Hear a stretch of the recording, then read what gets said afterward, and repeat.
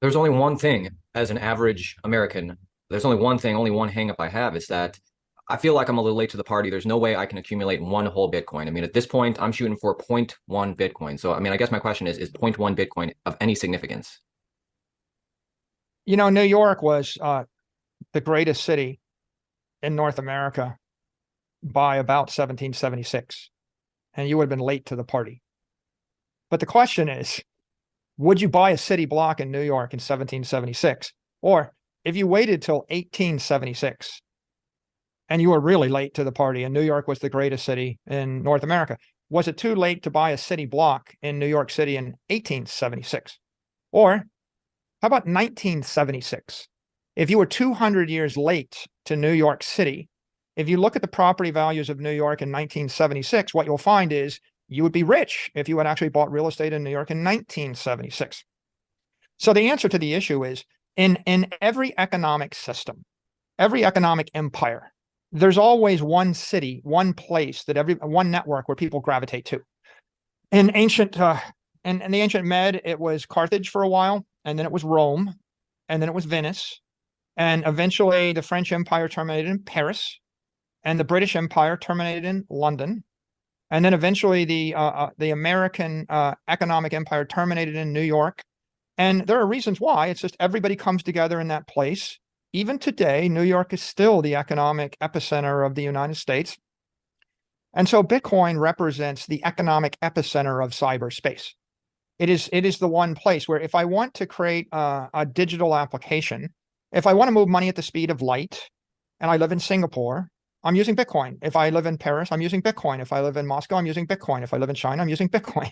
So you see, everybody in the world that actually believes in the idea of a digital asset that wants to build this as a treasury reserve asset, they're going to gravitate toward the most powerful network. Why? Because everybody else is gravitating there. Why do people go to New York? Because the smart money is in New York. I could go to New York 20 years ago. I could take 10 meetings. I could raise $1 billion in 2 days.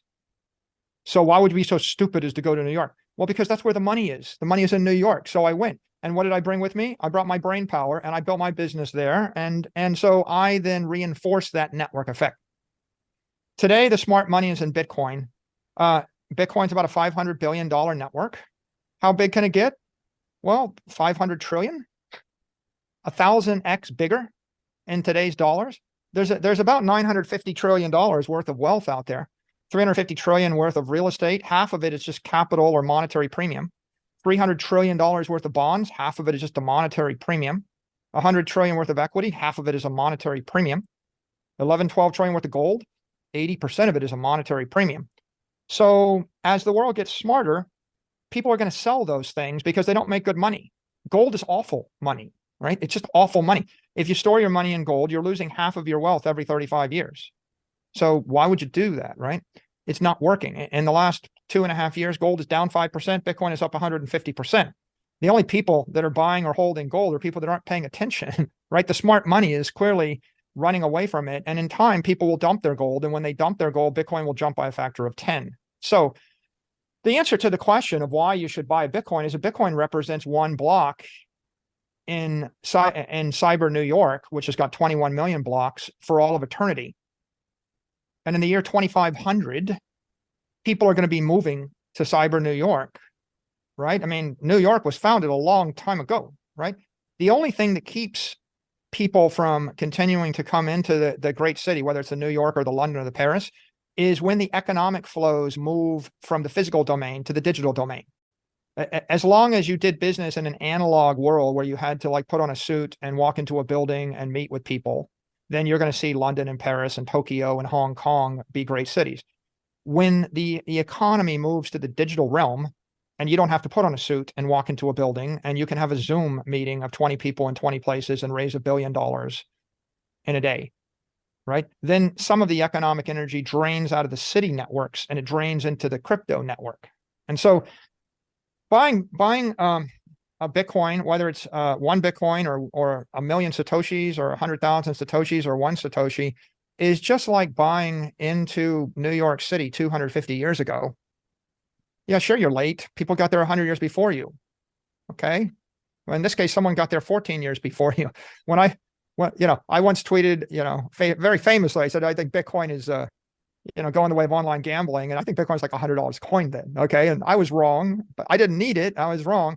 When I needed Bitcoin, Bitcoin was $9,500, $10,000 a coin. And so I bought it at $10,000 instead of $100. People will buy it at 100,000. They will buy it at 1 million. They will probably buy it at 10 million, right? Because, how much does it cost for an apartment in Manhattan? People pay $10 million for 4,000 square feet, $10 million, right? All of Manhattan was purchased for what, like $29 in beads or something. If you roll the clock back, some nothing. And so you can't really get caught up in what the unit price is. You have to ask the question, what is the dominant network in cyberspace? And Bitcoin is the dominant network. And the reason it's the dominant network is a bunch of things. One, all the smart money arrived there, right? If all the smart people that wanted a decentralized, non-sovereign store of value crypto network, if they all showed up, looked at 10,000 choices and picked this one and put all their money on it, right? That's like all the smart people, they showed up in America and they picked New York. You know why they picked New York? New York is sitting on 200 million year old granite schist, right? It's indestructible as an island, Manhattan. It's sitting between a bunch of rivers. It's sitting in front of one of the world's great harbors. And it's sitting at the mouth of the Hudson River, which is a mile wide, deep, and it goes straight right into the heart of the country. So if you were picking a port city, it was the most rock solid, geographically sound, logistically sound, well engineered port you could possibly imagine. And so it matters. And Bitcoin represents the same thing. Bitcoin is backed by 400 exahash of digital energy. And 400 exahash of digital energy makes it the most powerful computer network in the world. And so if I'm going to put $1 billion on it, I would want the indestructible, nation state resistant, fault tolerant, most powerful computer network in the world. I wouldn't want the second most powerful network. And I wouldn't want a network 100 times less powerful. I want a network where you would need every computer in the world to slow it down 10%. And you would need all the electricity in the world to slow it down 10%. And that's what Bitcoin represents because of the way it's engineered. It represents an indestructible, unstoppable, most powerful computer network.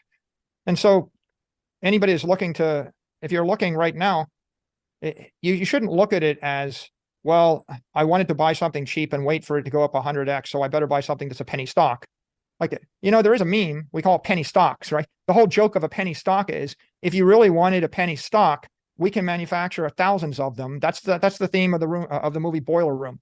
The Wolf of Wall Street did that. It's been going on for hundreds of years. People manufacture a penny stock and they tell you you'll buy it for a penny. It's going to go up to $5. You're going to make 500 extra money. That's not what you want. You want a cheap apartment? I'll sell you a $4 million apartment in New York, which looks expensive, or I'll sell you a $42,000 apartment, in some random suburb, in a third world country. But the point really is, which is the better real estate investment? It's not a matter of the cost to buy the thing. It's a question of how secure is the network you're buying into. And everybody will tell you, you buy the beachfront property in Palm Beach or Miami Beach, you're better off to buy a house on land than to buy the apartment. You're better off to buy the apartment in the good building than the bad building, and you're better off to buy the apartment in the good neighborhood than the bad neighborhood. And you're better off to buy the real estate in the capital city of Rome or London or Paris or New York than to buy the real estate in the 13th biggest city in the country when the inflation comes. So that would be my answer to that question.